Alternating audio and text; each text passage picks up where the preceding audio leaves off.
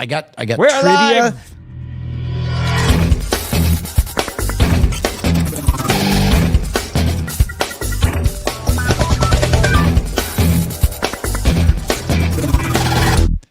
Welcome to Cord Killers, the world of entertainment turned upside down, and we're just trying to find out how to watch what we want, where we want, whenever we want. I'm Tom Merritt. Where's the good stuff, Brian? Oh my God, it's apparently in my heart and in my mind, and most importantly, already in progress. I'm not entirely sure what happened. It's not even clear whether or not we're just going to roll with the punches on this one or what. Yeah. But we meant to click go live on YouTube, but instead the theme music is playing, and I guess we've started the show, Tom. How do you explain this show to the uninitiated? We now live in an incredible superposition where we could at any moment stop and say, let's just start over and begin the show for real, or this is the show. You know, if you're listening to this later than Tuesday, August 12th, we don't right now. And I'll tell you what, the only way out is through. So for the uninitiated, for those just joining us for the very first time as we stream live at youtube.com/modernrogue, Cord Killers has a long and storied history. We not only predicted the cord cutting revolution, we caused it. We sat there and laughed and cackled in our journalistic thrones from on high as one by one mighty cable fell. And then like feral tribal gods, we became hungry and we looked out upon the wastes and we said, we should do a show about the reckoning for what damage we hath wrought.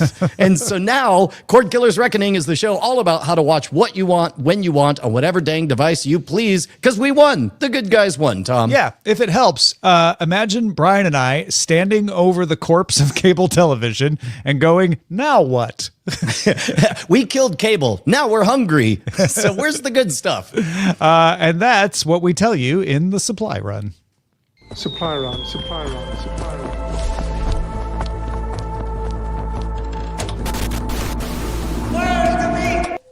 Oh, speaking of deaths, Brian, I have another one for you. Sadly, Disney announced that starting in 2026, it will close its Hulu app. Now, hold on. Does that mean all of they've been very tricksy with the Hulu brand? At first, I thought it was very strange to wedge the same place I go to watch FX's The Shield next to all of my children's Disney programming, but they very deftly massaged in Hulu as one of their main verticals, one of the columns of the sub-branding of Disney Plus. Now, when you say Hulu's going away, it makes me think, oh no, the cable service Hulu Plus, the website Hulu, Don't put words in my mouth, Brian Brushwood. I said it will close its Hulu app. Hulu content is all still going to be available in the Disney Plus app at that point in 2026. This isn't happening until next year. And here's one fun one for you, Brian. Hulu Live TV, which if you're not aware is in the Hulu app, but it's live TV and you have to pay extra for it, gives you like a cable type service, will move to the Fubo app. Now talk me through that one. Fubo is the sports one. Yeah. Fubo is now jointly run by Disney and Fubo. Disney also announced that its $30 a month ESPN streaming service will launch on August 21st. That is now going to carry the NFL Network content for the NFL, which ESPN will operate. That will also carry 3 games from the NFL in the NFL season on ESPN. Well, on ESPN's app, because it's on the NFL Network. It will include Red Zone from that network. Red Zone is the one where you just get to see when anybody's near scoring a touchdown or kicking a field goal. That will also be in the ESPN streaming network. And starting in 2026, ESPN picks up rights from NBC to stream WWE events. That includes Royal Rumble, Survivor Series, and SummerSlam. Those won't be in the Disney Plus app or in the Hulu app, which is going away. Those will be in an ESPN app that you'll have to pay $30 a month to stream from. Okay, so we've been talking about this upcoming, again, the ESPN app. Where are we at on names? They keep changing them on us again and again. The ESPN streaming service app will be called ESPN. Well, it's catchy. Maybe they should have started with that and stuck with it. No or maybe plus, they went the right no way. I don't Max, no anything. It's no Now, no Go. It's just ESPN. Well, so this is the one that's most hotly anticipated. And for the long timers, we had been talking about how one of our gripes with traditional cable television was that non-sports fans, like your boy, would get frustrated at the fact that we had to subsidize to the tune of like $30 or $40 per month a bunch of channels that I didn't watch because ESPN was charging fees for everyone. And there was a lot of buying one thing, but then carving up the pie in unusual ways out there. And one of the questions that we had is, what does everything look like when you carve out that sports subsidy and make sports networks compete on their own merit in the open market? And do we have, what do you think, Tom? Is ESPN about to make all of the money with its streaming apps? We're not done yet, Brian. Oh, all right. ESPN launches on August 21st. That's the same day that Fox One will launch. Fox One is a streaming service of all the Fox properties. So you get Fox News, you get the Fox Broadcast Network, and you get Fox Sport, FS1 and FS2. You will be able to bundle ESPN's $30 a month service with Fox One's $20 a month service for a total price of $40 a month. So you save $10. That will give you almost all the sports that was expected to be in the sports bundle called Venue, which would have also included sports from Warner Brothers Discovery. Venue was sued by Fubo. Fubo was like, you're not letting us get the sports at a decent rate. You're collaborating and creating a monopoly by doing Venue. We're going to sue you. They settled out of court, and Disney agreed to take a stake in Fubo, which is where Hulu Live is going to end up and why Hulu Live is going to end up in Fubo. And now ESPN and Fox have teamed up and left out Warner Brothers Discovery to do a bundle of their own. Okay. Now, to the uninitiated, everything we said so far sounds an awful lot like the comedy country classic, I Am My Own Grandpa. There was a lot of circling back around and who did what to whom. If we're speaking purely in the present tense, yes, ask away. Our big takeaways are ESPN's live offering is finally happening this month or already? ESPN and Fox One both go live in 9 days, August 21st. Great. Okay. And it is an eyebrow raiser. R-A-I-S-E-R, not something that shaves your eyebrows. It is an eyebrow raiser. An eyebrow lifter. Yes. That ESPN which content is going on Fubo? Fubo is getting Hulu Live.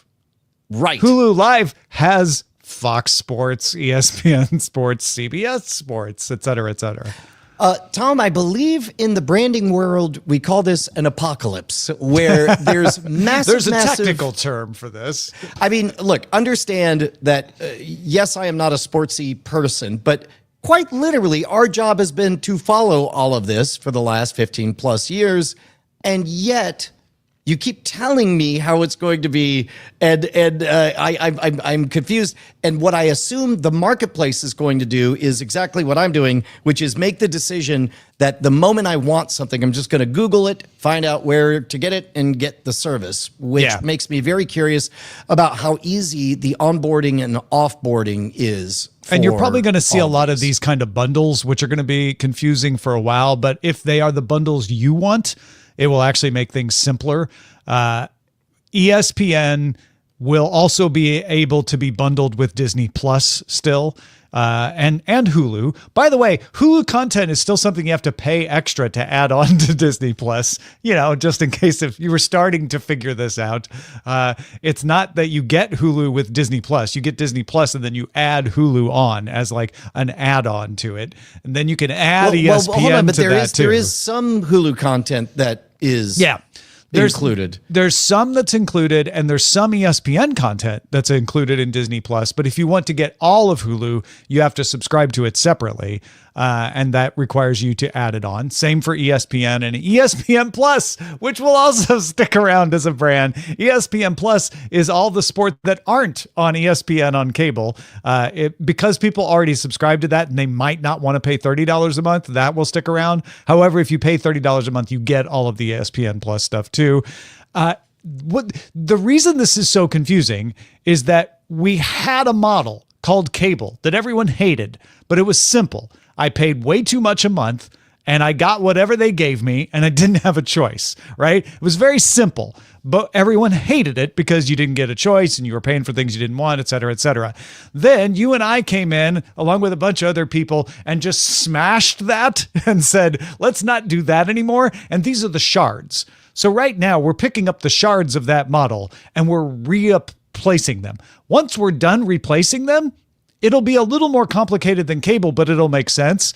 But we're in the middle of that, like, oh my God, there's shards everywhere. Where do they all go? Let's try these over here. No, that doesn't work. Move them over here. And so everybody's criticizing as if it is a finished model, where we're actually in the process of figuring out what that new model should be. So let me make a pitch for this being terribly, terribly dumb is actually secretly possibly brilliant. And I thought that this was an apocryphal story that was total BS, but it turns out it's 100% true. There was some university, and I'm betting somebody can get Google or ChatGPT to figure it out while I'm saying it. There was a university that had all the buildings built, but then they were all fussing about how the sidewalks should be designed. And it turns out nobody had a particularly precious design on the sidewalk. They were all just arguing about which way they thought would be the best layout for sidewalks. And so the agreement was, you know what? We have to start the semester anyway. Let's say we just watch the students, and wherever the natural footpaths are, we'll go ahead and codify after the fact. Now, the mere fact that I am experiencing tremendous brand confusion in this moment, and again, I'd like to think I'm B+ at least on keeping up with this stuff, indicates to me that they are, A, not going out of their way to demystify this entire process, which implies, B, maybe that's part of it. When you're telling a joke, when you're on stage, when you're dealing with a crowd, you want to get that feedback for what the world is pregnant for or anticipating or what they want or what's easy. And by not giving clear instructions, that gives them freedom to kind of track the organic growth, because what people say they're going to do isn't necessarily what they actually do. And I think this could be a case where they're just watching how stuff goes. And then once they have data to work with, they know people are understanding this kind of messaging. They're not understanding this type of messaging. We need to hammer hard on this clarity, et cetera, et cetera. I mean, yes, but isn't that just what's called business? Well, yeah, isn't that what every business does all the time? We just happen to see it because we've got new models taking place in real time in front of us. Yes, as you can see in this chart, I just drew a circle and wrote the word Earth. I think that explains everything. I mean, Yes, at some point you can't back away too far. Yeah. I'm trying really hard to find the interesting story, which is, how is it possible for such a poorly communicated thing to make sense? And it could be anything from lack of resources or lack of initiative or I don't know. I think it doesn't make sense because we're not used to things changing this fast. We're used to a slow motion change. We had two big changes in the lifetime of anybody who's likely to listen to this. The first was television came in the 50s. So the oldest people will remember that. Like, oh, right, we just had radio and then there was television. Oh my God, if there is one person who remembers, who has actual raw memories of before their family got a television, please write us, cordkillers@gmail.com. I'm guessing there might be a couple, probably not a lot, right? And then the next big change was cable. And that was when people went like, what? You want me to pay for television? Television's free. It comes over the air. I have to watch advertising. You want me to pay for this thing that you have to like connect to my house and I still have to watch advertising? Well, guess what? It was incredibly successful and everyone paid for it eventually, to the tune of hundreds of millions of households in the United States. And now and that took decades, right? Cable started in the 70s. It wasn't until the 90s that it really reached penetration. So we're talking about a 20-year change, right? Slowly people got cable. Now we're going from cable was the model 10 years ago to cable is dead. So we're seeing everybody going like, there's no playbook for this. We didn't plan it to happen this way. Netflix just came along and became very popular, and the internet came along and was undermining everybody's ability to get things without us having to hook up a special cable to it. So let's try stuff out. I do think this makes sense if you project it out where we're going to have several things that have the majority of the content, and you will decide whether you want that particular brand or not from month to month. And we got another story coming later this show that might indicate it would be less than month to month. It could even be week to week. But you won't have to get ESPN if you're not a sports fan anymore, because you have ESPN in its own app and you can decide, you know what? I don't really watch anything on NBC, so I'm not going to get Peacock. I'm just going to get these two. And we're going to consolidate and have a few of those. And then there'll be some niche ones for people who are really into various niche kinds of content. But for the most part, everything will be consolidated in, 3 to 5 services is my guess. I really liked the way that you referred to this as almost like a change of epochs, because you're right. We've talked before about how broadcast was the initial run. You had your ABC, CBS, NBC, and then later your Fox or whatever. And first movers had an advantage. In cable, there was a great reshuffling because if you were dominant in broadcast, you didn't invest in cable because you just assumed, why would I be in cable? I'm NBC. And so NBC was late to the party, but meanwhile, first movers like HBO, Turner Networks, etc., had already established. And so CNBC didn't do well until it found the unoccupied niche of business programming.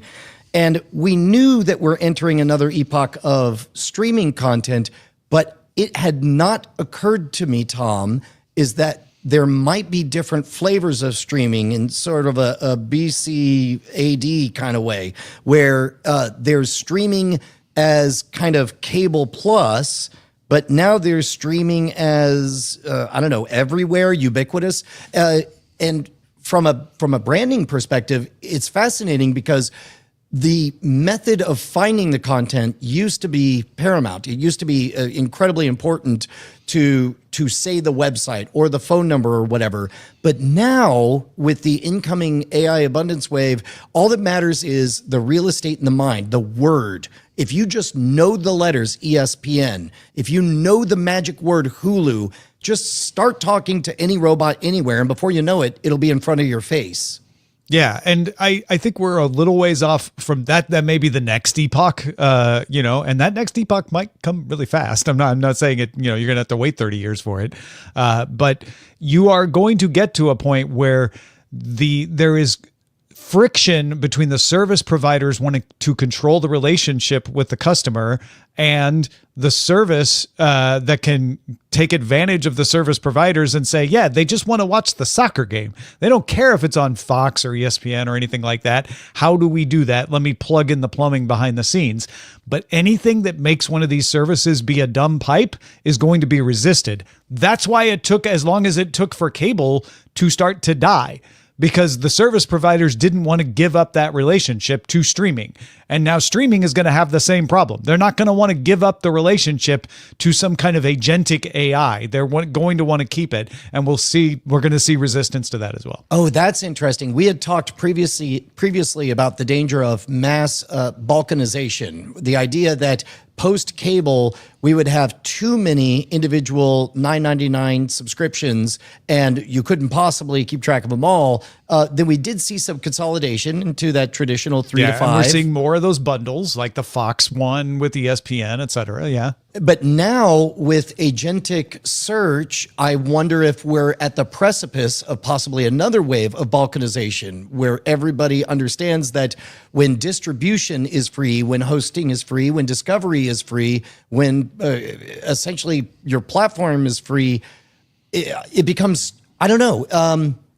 It's a very interesting middle time, I think. Yeah, because the next step, the future, the thing that isn't here yet, but we can see the shape of it, is I tell my assistant, I want to watch these series, and I want to watch these sports and these award shows, and it goes and it adds the subscriptions you need and cancels the subscriptions you need, and does it all for you. And all you have to do is say, assistant, show me this episode, or I want to watch is the Oscars on yet? I want to watch it live. And it will make sure that the right streaming service brings it to you. And that's what Netflix and Apple TV Plus and all of those companies are going to resist, because they want you to come in through the Netflix door. They don't want someone to just stream it to you without you knowing what service it's on. Yeah, it makes me wonder if how long do you think that lag is before a structural change is made? Because we have entire businesses that are based on the idea that you pay for, look, all you can eat buffets essentially are a form of gambling. You pay an amount and they hope you eat the cheapest enough stuff that they can stay in business, and they don't want you to pay that amount and then go straight for the most expensive stuff. Same thing's true with your cable bundles, same thing's true with your streaming bundles. And in a world where we reach an efficient market where AIs are able to flip on and flip off individual subscriptions to where, from the customer perspective, it's the same as though you are instantly just getting the one thing, then they have to do some kind of reshuffling to get back to that all-you-can-eat model, right? Well, they're going to cut off the assistants and say, you can't use our service unless you reach an agreement with us.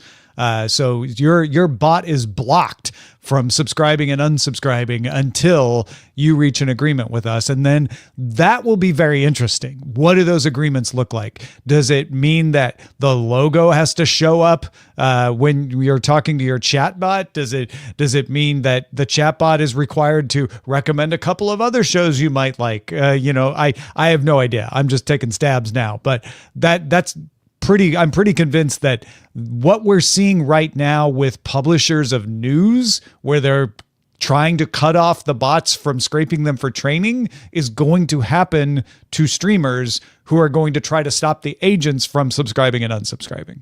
Yes. There's a lot of numbers that are about to become meaningless. Well, there's going to be a fight to try to stop them from becoming meaningless too, right? Right, right. The one number that will never become meaningless is the number of patrons we have, though. You know what? It's so important that neither of us know it. We keep it locked in a little box. We close our eyes and we pray to our patrons every night. We say, thank you, patrons. Thank you for going to patreon.com/cordkillers. Thank you for keeping us loud, live, and independent as we cover the cord-cutting revolution, possibly having caused it, and report on how to get all the good stuff. As a reward to you, patron, we give to you the early access to the full experience. That's where we watch the first, ultimate, lowest, and last episode of every series. This week, we're actually starting our run of Bonanza, and you also get exclusive access to our After Talk segment, which is going to be an especially juicy behind-the-scenes tell-all about what I discovered at DEF CON, which even Tom doesn't even know what I'm about to talk about. I don't, and I can't wait to find out. You're going to want it too. Patreon.com/cordkillers. Let's move on to the search party.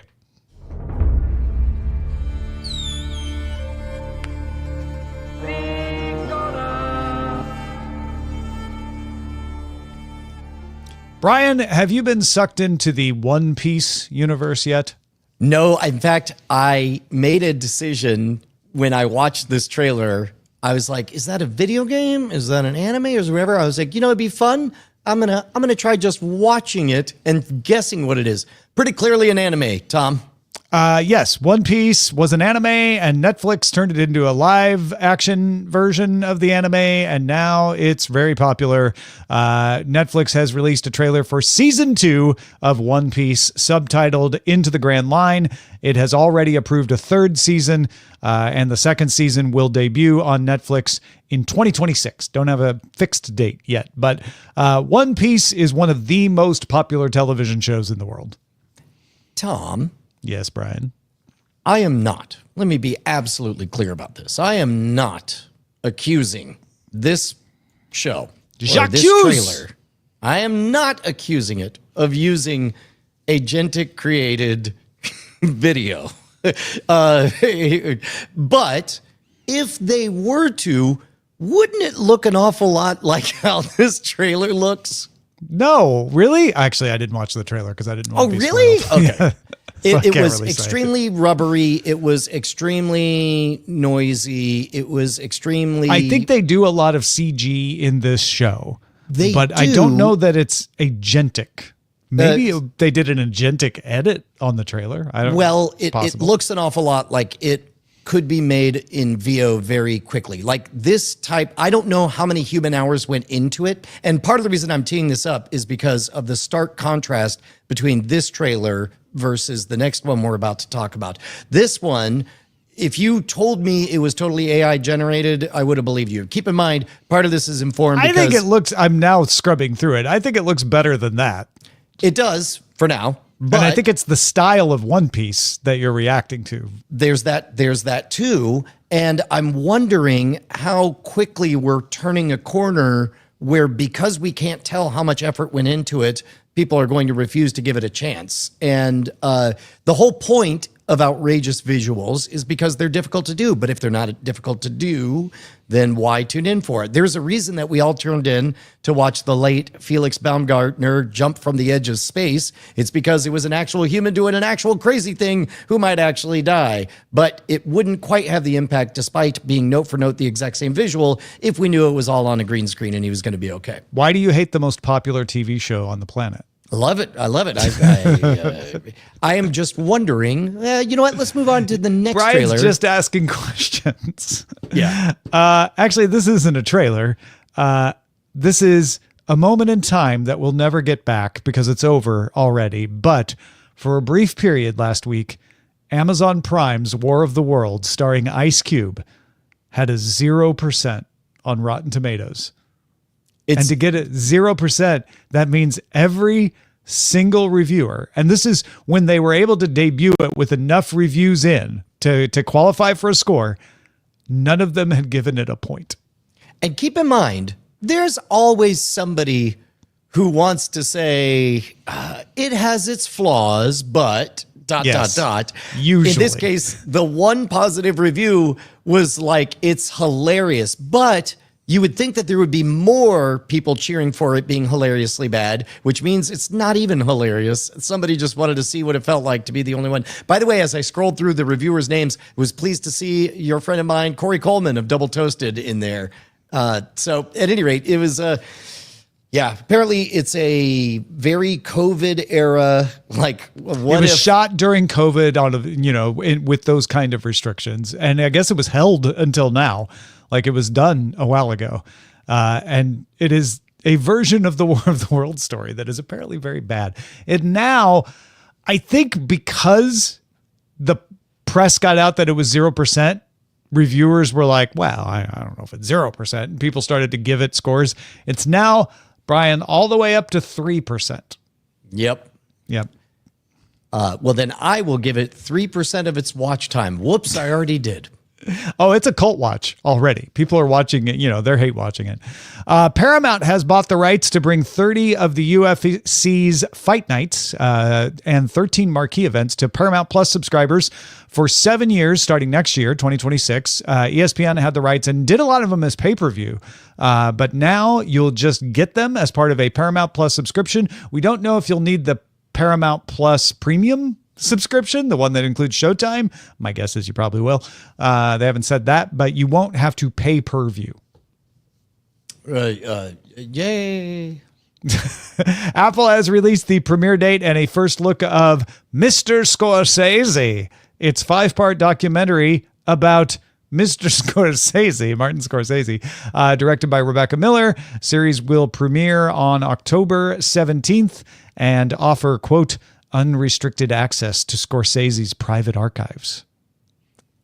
I am interested in this. I'm waiting to hear that it's super, super good, and then I'll watch it. Yeah. No, it's one of those documentaries where you're like, okay, they got access, but how much did they actually use? Because to get access, you have to get approvals and people get a say, and et cetera, et cetera.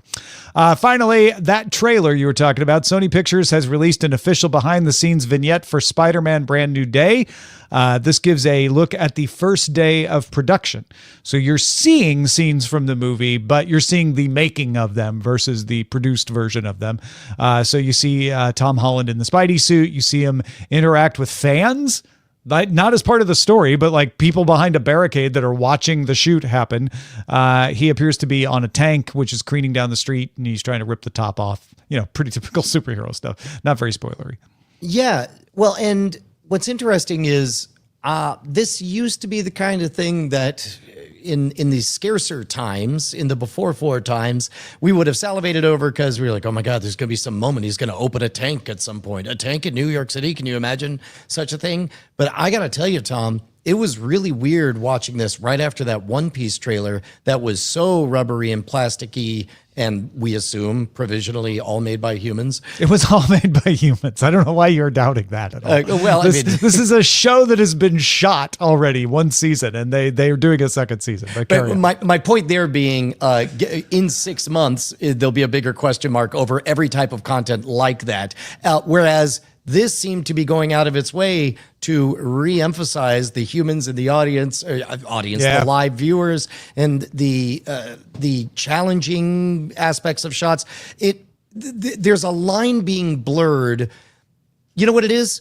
It's the same vibes as being a magician in the age of television. To make magic play on television, they had to do massive amounts of throat clearing where they pinky swore up and down that you're seeing everything on TV exactly as the audience sees at home. And that chess game, that all worked until different magicians started bending the rules where it's like technically that's what the camera was looking at, but massive amounts of things were being done off screen. And then maybe the camera appeared to go back to the same spot, but it was a different location. And then they stopped saying that at all, and it became all fake, and magic on TV was a problem. And then it took David Blaine to figure out, no, the smart thing is don't even look at me. Who cares what I'm doing? Turn around, show the audience. They're the best part.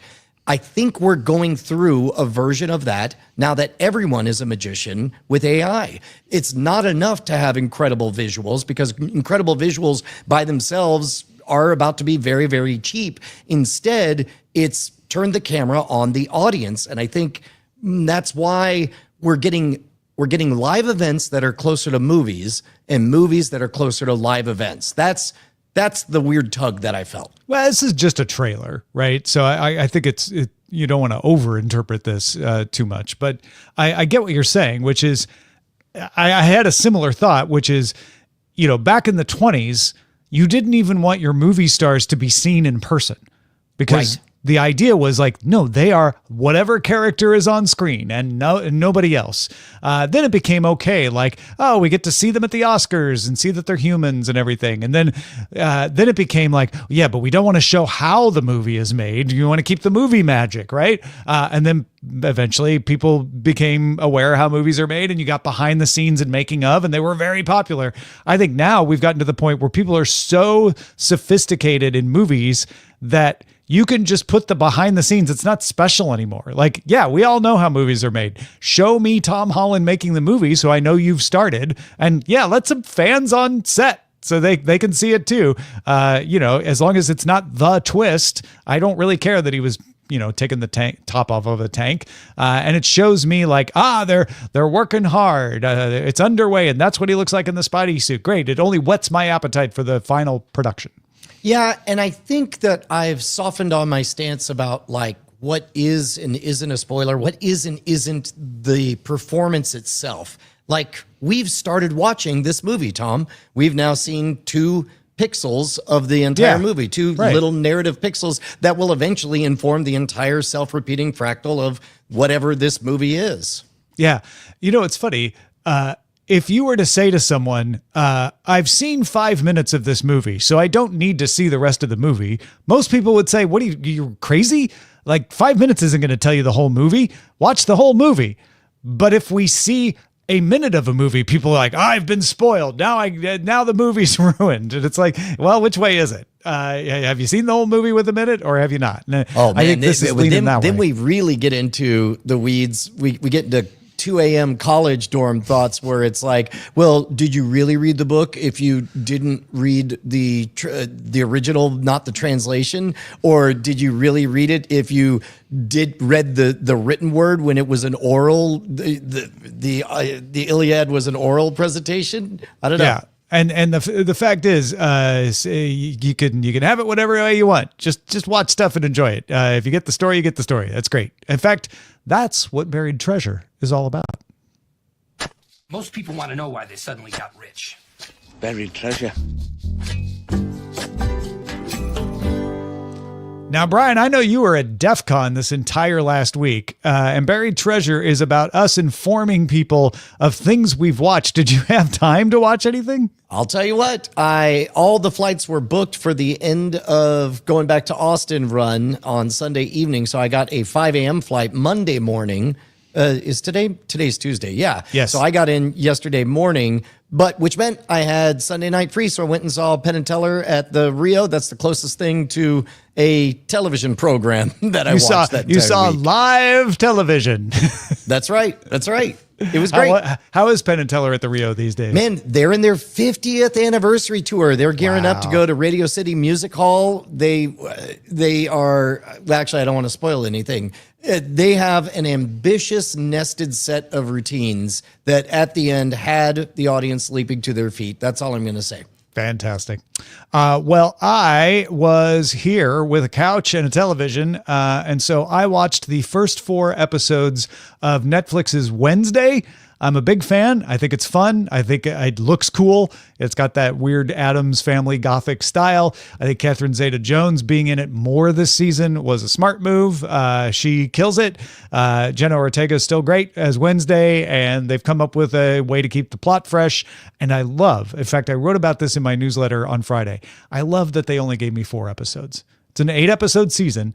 And I was almost resisting starting it because I'm like, I don't have time to watch 8 episodes. And then I saw there were only 4 and I relaxed. I'm like, oh yeah, 4. I could probably do that. And then I'll wait till September 3rd to watch the other 4. I thought that was great. So Wednesday, I recommend it. It's a really good show.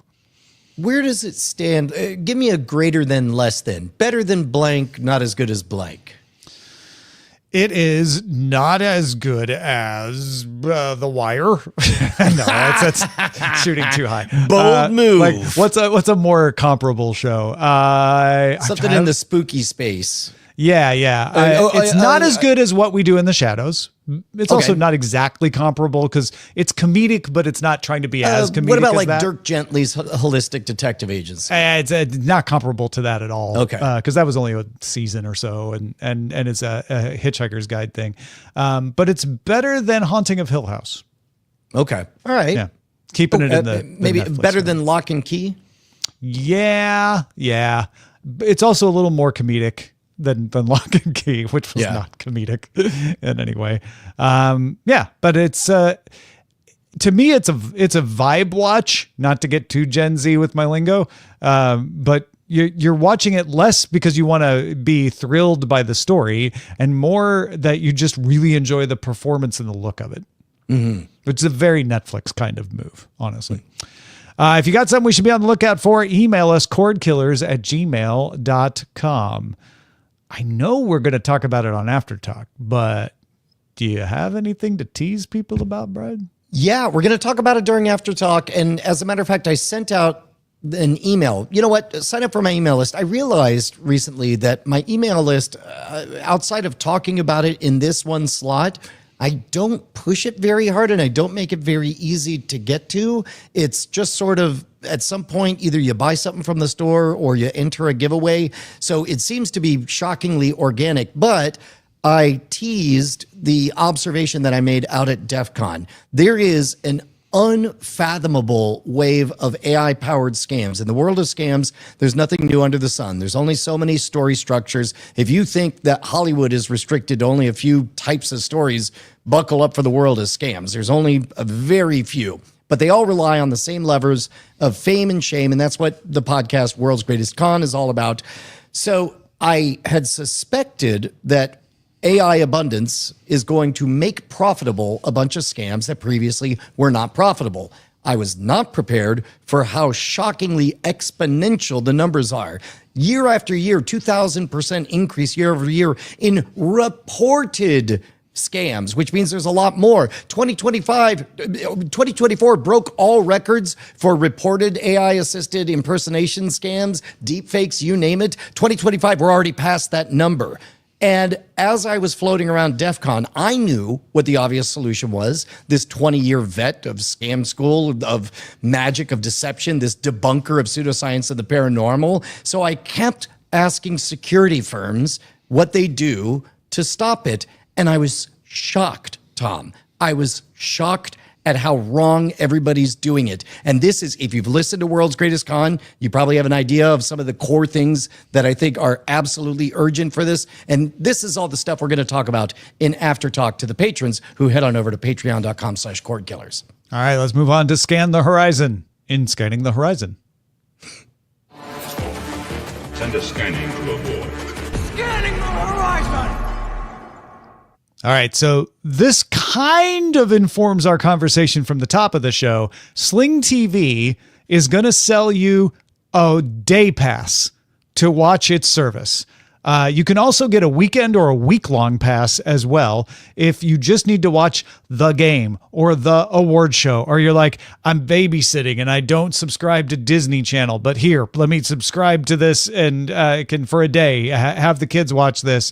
The passes give you access to everything in the Sling Orange plan.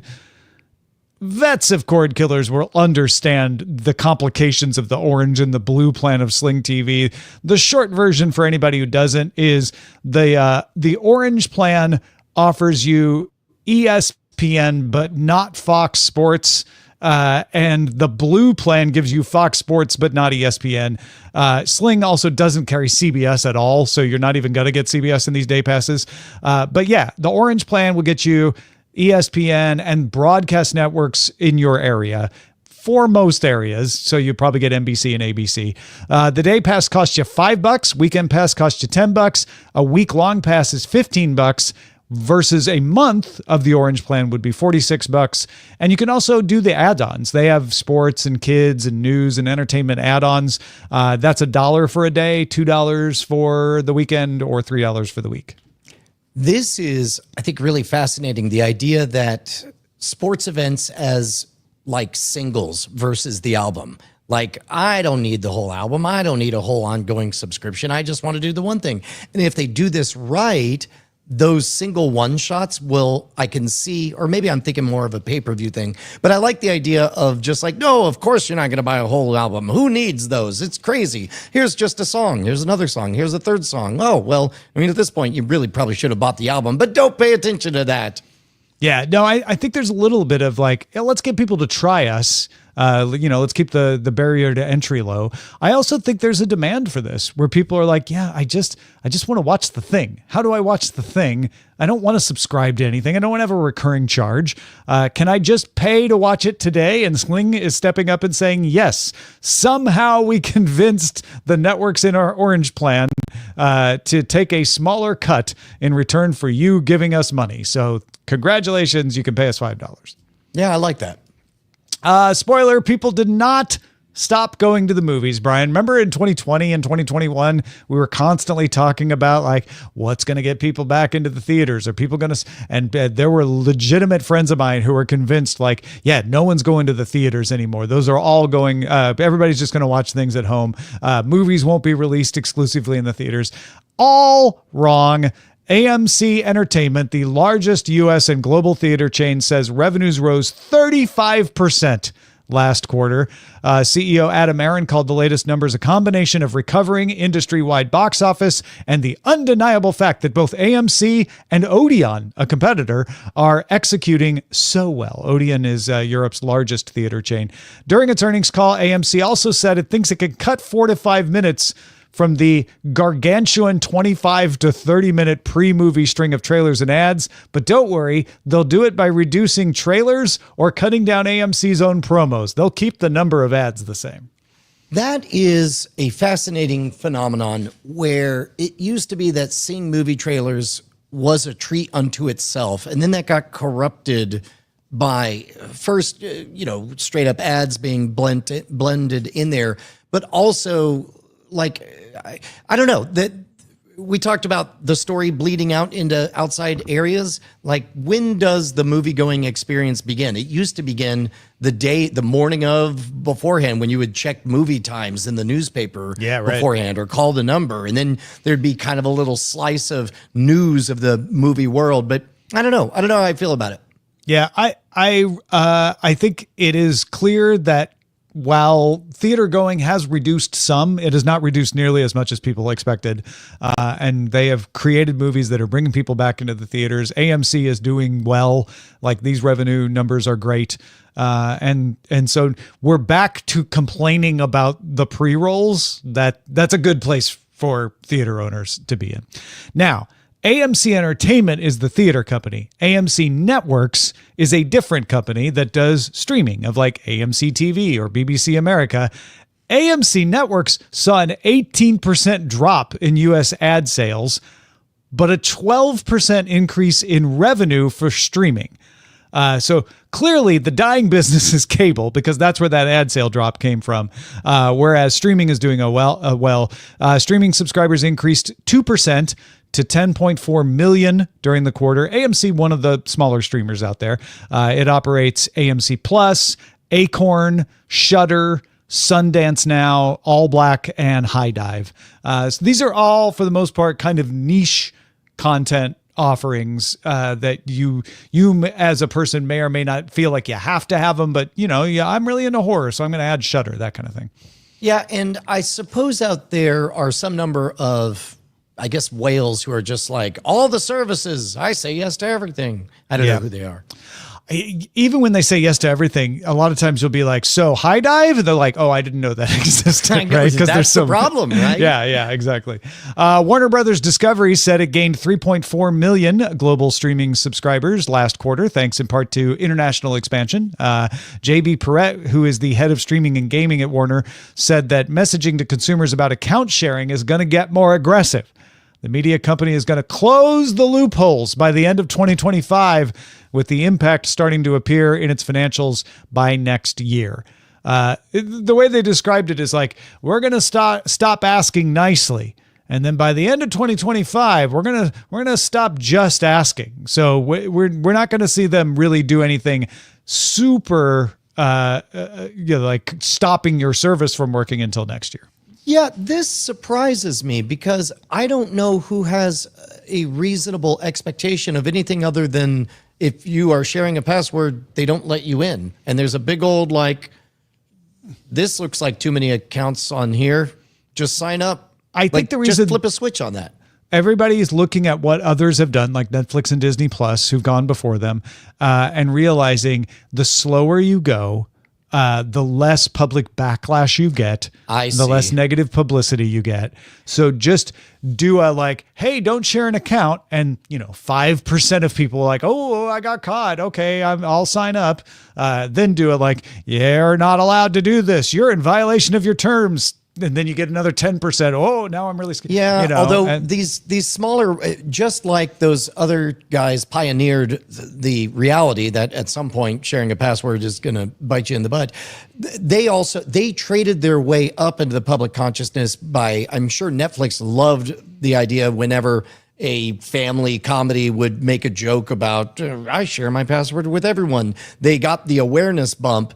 And so they probably did have to slow walk the rollback. But at this point, now it feels like the public consciousness, it's not going to be a shock to the system if you are asked to pay for the service. I don't know, maybe. The last story we have today is about broadcast television stations. Atlanta-based Gray Media has agreed to acquire television stations in 10 markets from Byron Allen's group. So it looks like Gray Media is being a buyer. I'm guessing one or two companies are going to own most of the broadcast television stations, local television stations in the U.S., and then figure out what to do with them from there. Gray expects the transaction to strengthen the company's presence in 7 other markets by creating duopolies. So they're buying some stations in markets where they already have a competing broadcast station. Meanwhile, Sinclair announced it's reviewing its options, including not only selling some of its 178 broadcast stations, but also possibly breaking up the company into smaller units. That could be broadcast stations as its own unit, and they have ventures like the Tennis Channel is owned by Sinclair, and they have a digital advertising unit they could spin out, stuff like that.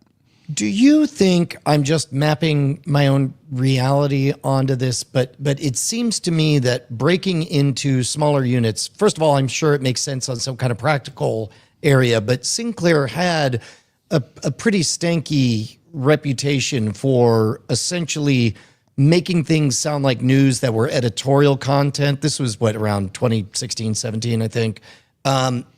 Do you think that has anything to do with it, or am I just... I think everyone's forgotten that that happened, honestly. Okay. This is just more to do with the fact that people don't watch local television very much. Yeah. And so these stations are either going to be funded directly by their networks, or they're going to be owned by Gray, is what it sounds like to me. I shouldn't dismiss it totally out of hand. There might be some downhill results of that cause Sinclair to go into a slow decline, but there's so many other pressures on this sort of thing that could be why Sinclair isn't the Gray Media Group, right? Could have like put them on their back foot. All right, hold on for the chatter.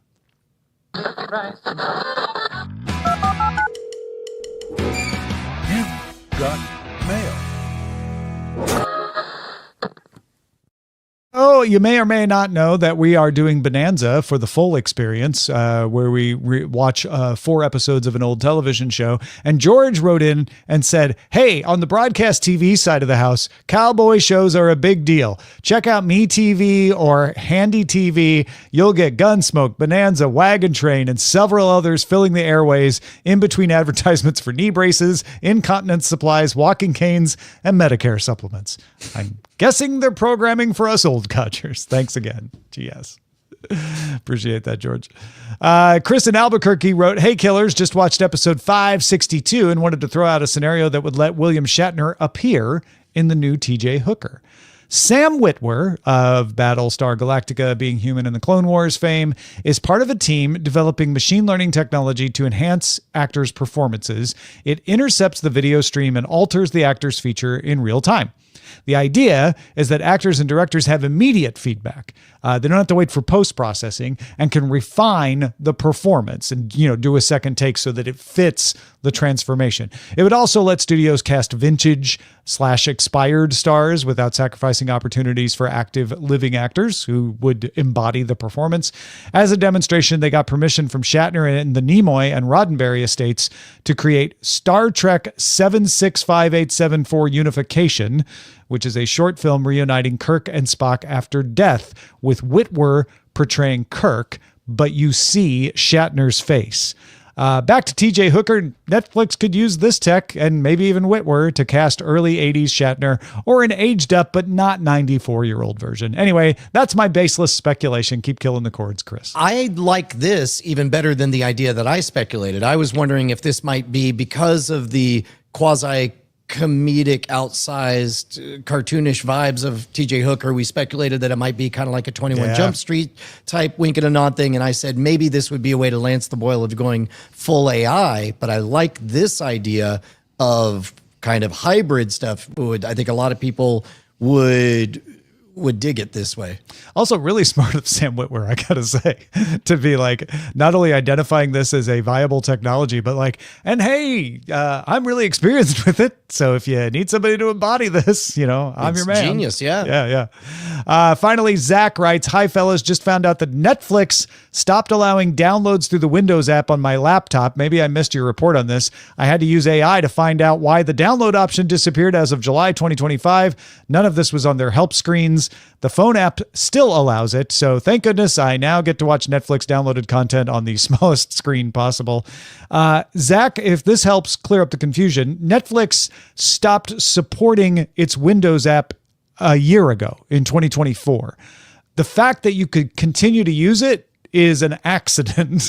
The fact that it was able to download could be less of an accident. Netflix may have finally blocked that, but you weren't even supposed to be able to continue. It was an unsupported app for more than a year, so it's no shock that the downloads stopped working. And it's mostly because Netflix just decided that it didn't want to play in the Microsoft Store and do Microsoft Store restrictions when it had a web app, but the web app doesn't support downloads. So your other option would be to there's a way you can run Android apps on Windows, and you could get the Android version of Netflix and do it that way. This, whenever there's something like this, like why didn't they announce it or they do it? I feel the tug of corporate conspiracy thinking, but then I have to remind myself that just to make announcements about that kind of thing requires calories in the form of paying they humans announced to do it. things. Well, I'm guessing he missed the announcement from Netflix that probably popped up and said this app will no longer be supported after this date, and he's like, man, really? It seems like it's still working for me, and then just kept using it. Well, my larger point is that when the announcement is that a thing is going away, remember that the thing is going away due to lack of interest. So announcing a thing is going away due to lack of interest means that your announcement should also reflect very quietly, don't spend a lot of calories on it. Yeah, that's fair. That's my point. All right, folks, that is it for Cord Killers. Our website is cordkillers.com. Our email address is cordkillers@gmail.com. And we are live on twitch.tv/Night Attack Tuesdays at 5:30 p.m. Eastern, 2:30 p.m. Pacific. I reckon we'll talk to you next time.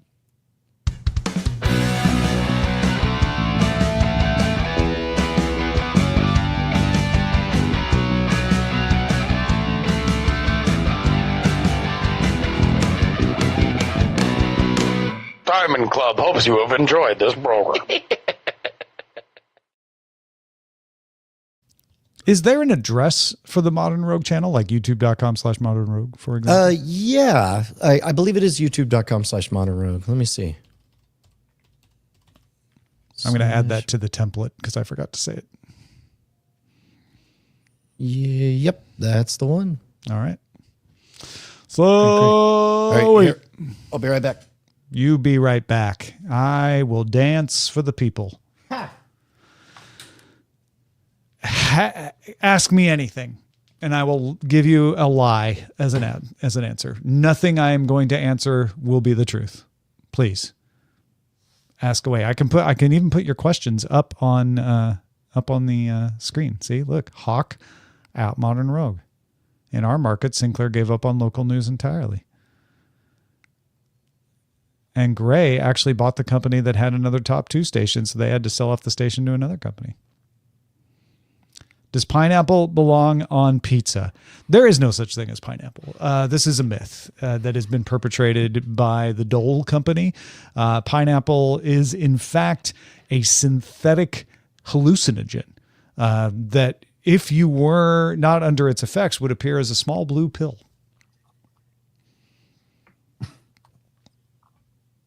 Not widely known. Yeah.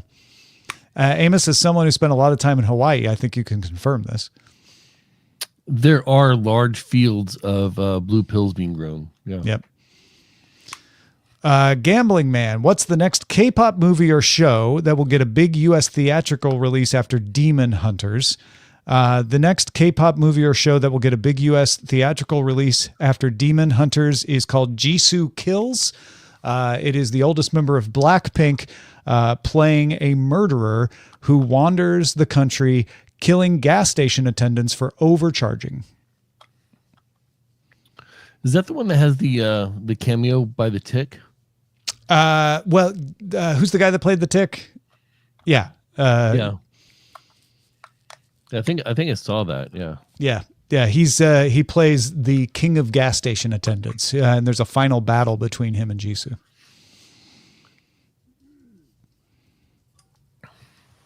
Like I said, ask me anything.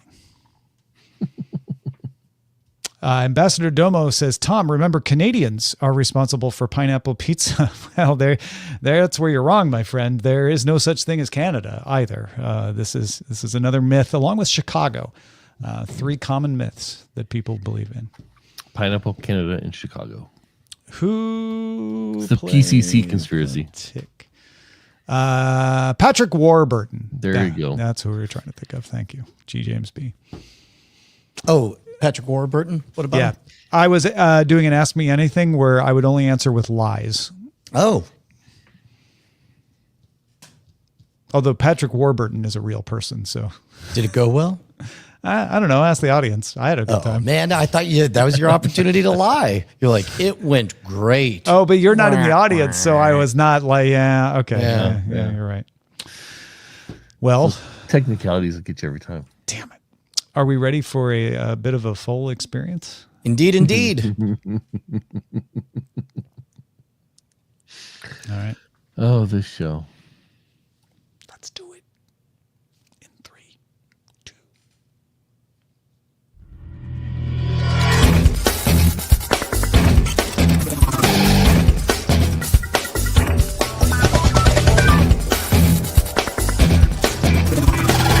Welcome, my friends, to the full experience. The full in full experience stands for first, ultimate, lowest, last. This is a show where we look at a television series, watching just those 4 episodes to see if we can get the flavor, get the gestalt of the entire run. I'm Tom Merritt. He's Brian Brushwood. And today we are talking about A Rose for Lotta, the first episode of Bonanza, which premiered September 12th, 1959. Dude, first of all, I ended up in a rabbit hole.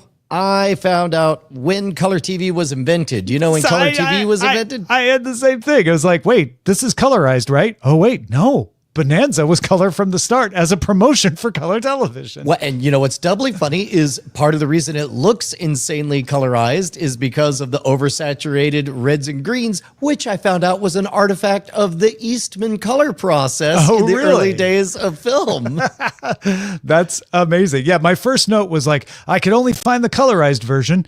And then I stopped and was like, wait, let me just check. When did Bonanza go color? And it was like from the beginning. Nobody could see it because only 2 people had a color television. I have an interesting wrinkle on the ethics of how we're watching it. For those of you who haven't heard the throat clearing before we got to this part, we try to watch everything as legally distributed as possible. In this case, the only legal off-the-shelf way are hundreds of DVDs of all of the episodes spanning, I believe, 16 seasons, over 100 something episodes. But in this case, did you know that a season and a half of Bonanza has lapsed completely into the public domain? No kidding. Yeah, as a matter of fact, you could it's not old enough for the automatic one, which is like 90 years or whatever. How did that happen? What happened is at the time, and this would have been 1959 is when this came out. At that time, the law was that anything created did not get automatically copyrighted. You had to apply for it and renew it, or after 25 years, it expired. So in that run, the second half of season 1 and all of season 2 lapsed into the public domain, at which point entrepreneurs went out and started making DVDs full of it, absent one little thing they had to cut out. Do you remember what that was? No, what was that? The copyrighted theme song, was absent. So instead they just had generic music rights Western are not music. always part of it. Yeah. That explains something. I looked up Bonanza on the Apple TV app just to see, and it had the second half of season 1 and all of season 2 available. That's I now amazing. know why. Yeah. Look at this original boots on the ground journalism. Who would have thought it? All right, so we watched this on YouTube. It was not a demonetized YouTube stream or anything, as far as we know, and it was color from the start. I was a little confused, I'll be honest. However, they did a good job of clearing up my confusion, and I realized that my confusion was me jumping the gun of like, I want to know, where this is set and who this is, whereas the 1959 viewer would have turned it on, probably joining it partway in progress as they put away the dishes or went to the bathroom, and then sat down and like, okay, so where are we? And about that point into the story, like, well, here in Virginia City, and then there's a veiled reference to Lake Tahoe. And I thought it was actually deftly done the way they doled out the information, not only of the setting, but also like, well, Little Joe's the youngest, but why does Haas have a French accent, like a Cajun accent? And like, oh, it turns out because they all three have different mothers, and that they reveal that later in the story.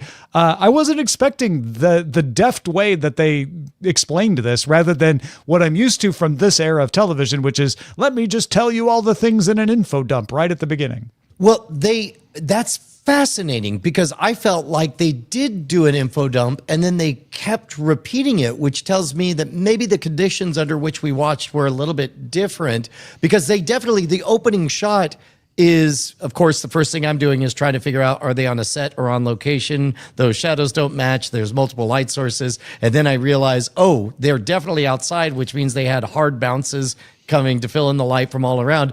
But the first thing they say is, the Ponderosa, it sure is great, and us Cartwrights love it. I hope nobody tries to steal it, because we don't want it to be gotten. I love all my... I immediately was like, well, where are you, though? And they didn't say, You're right. Here You're right. in Nevada, near good old Lake Tahoe, us three Cartwrights who are all from different mothers, et cetera, et cetera. So you're not wrong. You know what's interesting? Okay, so this informs the way I create YouTube videos, is because when I title and thumbnail, and when I think about the audience members, I don't sort myself by outside in. Like where Modern Rogue headquarters is, it lives in your mind, and it's always golden hour. I care about the feelings, and instantly the first words out of their mouth are pride of where they are in this magical land called Ponderosa, fear of outside demons taking it away from them. And I instantly felt fully anchored, and everything else was just details. Whereas it's interesting that you wanted to center from outside going in. Which again, I might not, if I was just sitting down to watch TV, I might not have cared. But I'm like, well, I'm going to have to interpret this for full experience. So I need to know, like, where are they? And what was really interesting about that is, because I was looking for that stuff, I found it, where usually they would just obfuscate it, right? And I'd have to go look it up and like, well, the backstory was this, and they never really addressed it. But they addressed all of that stuff. They addressed that they were from three different mothers. They addressed that the oldest was a Yankee, and the other two are from the South. And I love the line where Little Joe's like, well, if you don't know why that's a problem, I'm not going to begin to tell you. What they also addressed it multiple times and at shallow angles. Like it's amazing what they got away with. For 1959, television had to be pretty tame. We're still in nobody in a bed together land. We're still in propriety. We're still in the fact that we see somebody get shot in a gun duel and they have to show that he's okay later. Yes, I felt stupid later when I realized that I didn't even blink at them killing the guy. Oh, I did. 1959 I was just TV like, show. Oh, wow. All right. And then when they brought it back, I'm like, oh, of course, we're in prime time. You can't. But that was probably risky for 1959 to even leave it in doubt for that long. For that long, yeah. Yeah. And essentially, the first interaction between the brothers is when one of them calls the other, straight up says, your mother is a whore. Now, had to take a bunch of dances around with like, your mother, something of the French Quarter, something. And I'm like, oh, I could piece together where this is headed and why he would react that way. It's still a little confused why Haas sounded Cajun when his mom was a Swede, and Little Joe was the one from New Orleans. Oh, I didn't take him as sounding Cajun. Oh, a thing that in his first few lines, he's got a guarantee kind of Southern accent versus just a Southern accent. I think he maybe was trying to find which accent he was supposed to put on. I'm not sure. I'll tell you what he eventually found was a hairpiece. In fact, all of them by the end of the run apparently were wearing hairpieces. Haas refused to wear his anywhere except for on screen. He would go out and about with his naturally balding hair. But meanwhile, I think it was Lorne Green or whoever the older brother is favored his all the time. Interesting. I found this to be a respectable story. By 1959 standards, almost a B movie level of engagement. I was absolutely surprised by that as well. I first of all, The opening shot, very expensive. Again, I have to remember that in a monoculture where 1/3 of all humans in the entire country were dialed in at the same time at the same place, you could afford to spend a lot of money for exterior shots. They apparently reshot that opening twice, originally at one place, then they did it at Lake Tahoe. But it's a rich visual, to be honest. Side by side, not too big a lift between this pilot episode of Bonanza and like Lonesome Dove 20 years later. Yeah, absolutely. And the acting is variable, but there's some very good acting. The acting was cartoonishly over the top to me, like just instantly like Tom Merritt, I can't believe you thought that the acting was just okay. It's not only variable from actor to actor, like it's variable within Lorne Greene. There are some scenes where Lorne Greene is subtle. And like the age of the Cartwrights and his burden as having gone, it's all there and you feel it. And then there's the scene where he just screams a lot, and it's the shallowest performance ever. It's really odd. Yeah.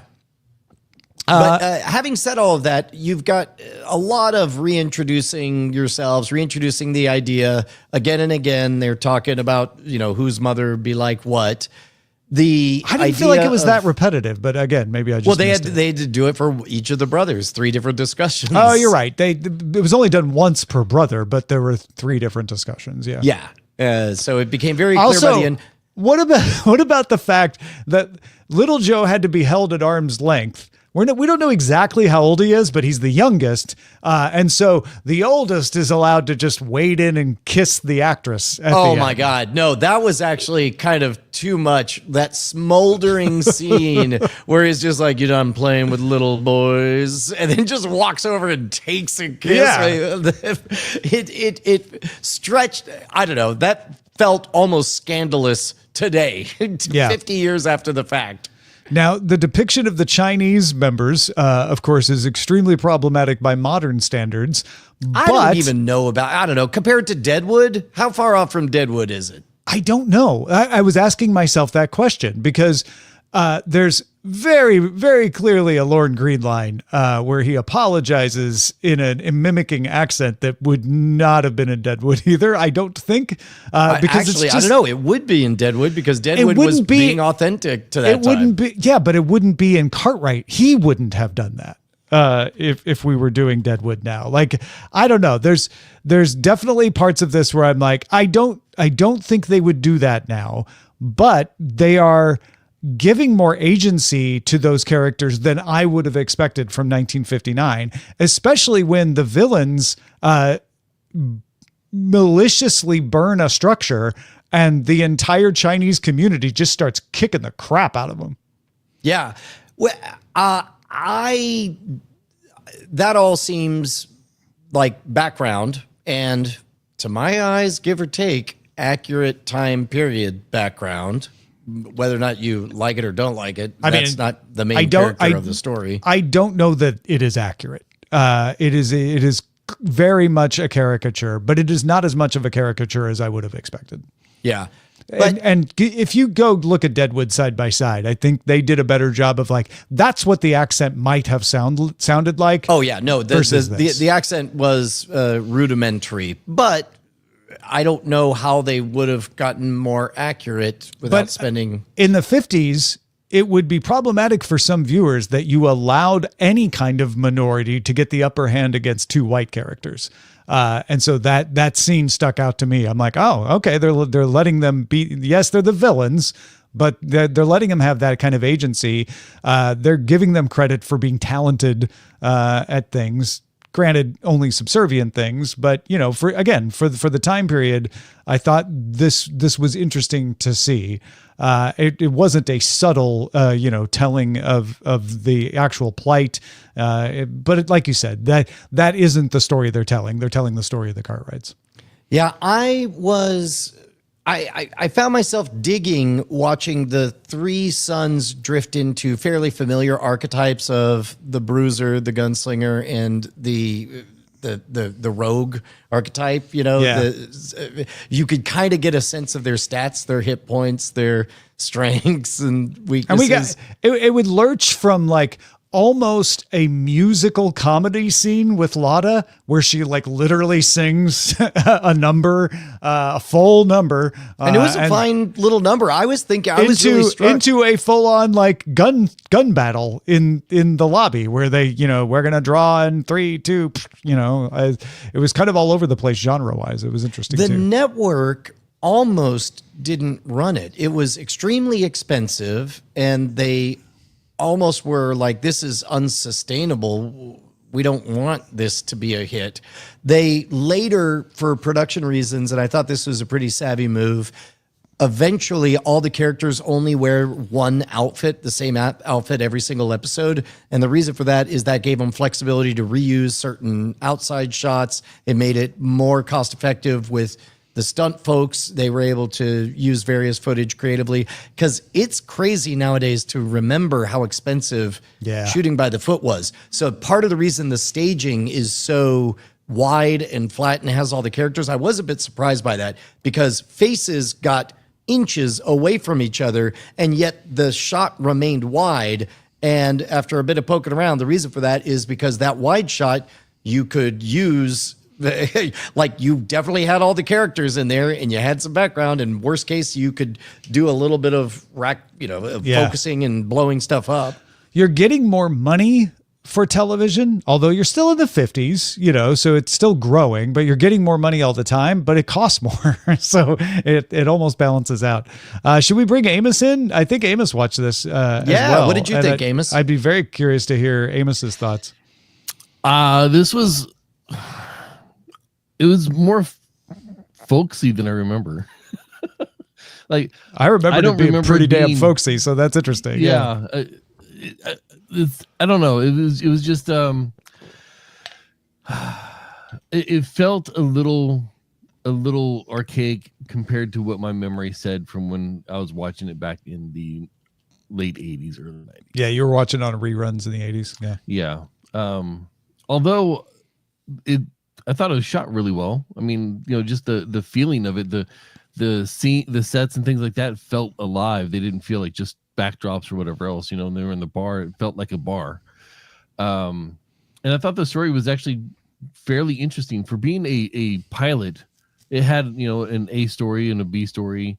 It had all the potatoes of the background of giving everybody their time, all that kind of stuff. And I really had a sense of who was who right away. It didn't take hardly any time at all to kind of fall into the show and know who was playing what role, like Brian was saying, you know.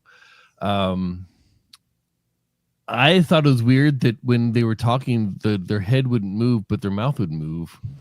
So like their heads were like positioned and they would talk, but like, I don't know, it just seemed odd. And I was thinking it was probably like an artifact of the early colorization, that kind of stuff or whatever. But I don't know. I enjoyed it. I thought it was better I felt it was better than I thought it was going to be. Okay. Yeah. Interesting. I would have guessed, and this is not me remembering, I would have guessed, it's probably set in gold country outside of San Francisco, and everybody's after gold. And I was surprised. And I'm not giving it a huge number of points for this, but I'm like, oh no, it's actually in silver country in Nevada, you know, so it's not going for the obvious thing that everybody would have known about. It's making it a slightly more interesting. Oh, are you talking about the play being for the trees, not for the silver? No, I hadn't talked about that yet. I'm just talking about like a stereotypical 50s show would have been like, we're in gold country because everybody knows there was a gold rush, right? And instead it's like, oh no, this is a little more subtle. This is actual Virginia City, Nevada. We're talking about Lake Tahoe. We're talking about silver, not gold, when you might have expected it to be gold. Yeah. Like I said, I'm not giving it huge points for that, but it's like, oh, you're not going for the lowest hanging fruit with your setting. But the trees thing is interesting. I'm glad you brought it up because I I don't know why. I still don't know from this episode why the Cartwrights don't just give some logging rights and make some money off of, other than quote unquote principle. It didn't seem to be an environmental thing, though. No, they said that they needed the trees for their cattle. Yeah. Because the cattle eat trees. Yeah, Or they like the trees. They get the cattle. The meat of the cattle is better if they're looking at trees. Well, it is true. It is true that there are types of grasses that grow with tree covers, and if you strip the trees, then the grass soil runs off, okay, and then fair. the soil changes, and then that alters. I mean, basically, if that's the real reason, that's pretty subtle. I like that. Yeah. Yeah. What they have is they have land. So similar, Lots like we of wouldn't. land. They have lots of land, but they also starry have skies above. Huge tracts of land. Whether you are a rancher or a farmer, all that extends is the development cycle for your product, right? You still want unspoiled land, in either case. Yeah, but why not take a little money on when you got 1,000 Well, because acres that or would 1,000 be square spoiling miles? the land. Spoil a little bit of was the land, the trees will surprising- grow back. You make a little money off of it. Surprising part to me, 1,000 square miles. Do you know how big that is? Is it 100 by 10? Why, yes, Brian. That's exactly right. Yeah, no, Amos, you went and tried to get a map to wrap your head around how big that was. Yeah, it's basically if you drew a square over Dallas-Fort Worth metropolitan area, where one side of the square was right downtown Fort Worth and the other side was downtown Dallas, and basically made that a square. It goes from Argyle all the way down past Arlington. That's a huge area for 4 dudes. Bigger than the lake that it's near. Yeah, I did one over Lake Tahoe, and it basically covers the entire lake and still has enough land around it that you could feasibly have several ranches. I'm just saying, they drove the cattle from one end of the Ponderosa to the other. That top end they're not using anymore. Sell a few trees. Come on. They'll probably regrow by the time they get back up there. Like exactly. A massive amount of land for four dudes. Yeah, so I assume that this episode we had the dastardly devil's forces didn't get the trick of what was their hope, is that they would get one of them in and rob them blind or steal the land or what? They're going to convince them to sell off some of the. They were going to take one of the boys hostage and threaten to kill him if they didn't sign an agreement to let him log the land. Right. That was the okay. plot. Yeah, I remember it almost making sense at the time. I believe it. And they needed the lumber for the mines. Yeah. For the silver mines, right? Yeah. No, that part is true. Yeah. But absolutely. I don't know how much lumber you need for a mine just to hold it up or whatever, but that seems. I also like the idea that the Cartwrights can call up an army of mountain men. It felt very Game of Thrones-esque. Like, yeah, dinners. I don't remember that being. I mean, I remember them having other people that they could call on for help, but yeah, it was sort of like they've got their own private army basically, which lends a whole other aspect to it. Is any other thoughts about A Rose for Lotta?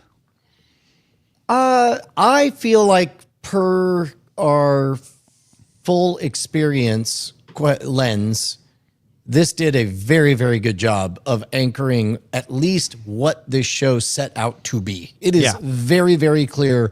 All the character dynamics is very clear. The set pieces and the expectations of production. I'll be interested to know whether that perceived quality of production goes up or down as we navigate our way through it, because on the one hand, certain technologies are going to get cheaper so that it'll make sense to do like helicopter shots and that kind of stuff.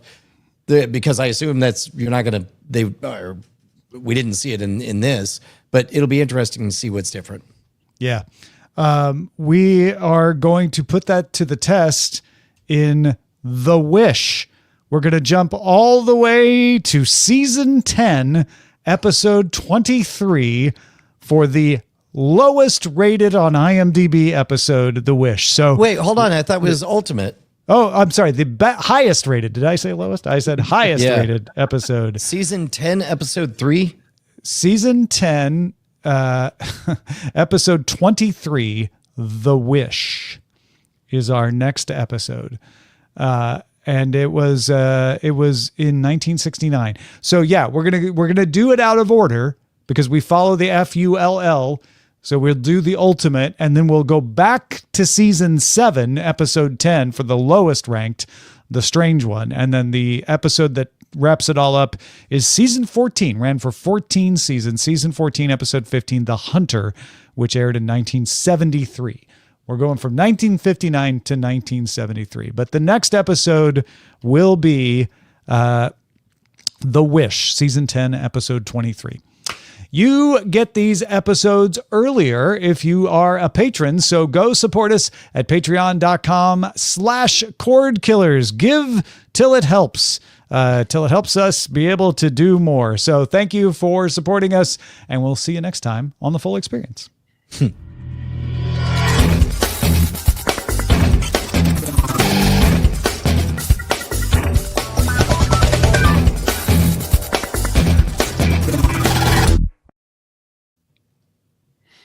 Ta-da! Cut and paste is not working On what? On anything? on Simple Note, which is where What is I take Simple my Note? Simple Note is it's owned by Automatic, the folks who do own WordPress and Tumblr and all them, and it's just a cloud note taking service. And I don't It doesn't know cut and paste. why cut and paste is not working. I can type. It's so weird. What do you say we cut out the live audience to paste in some after talk? Hey, Sounds good. Thanks, everybody. We'll see you later. hey. Bye.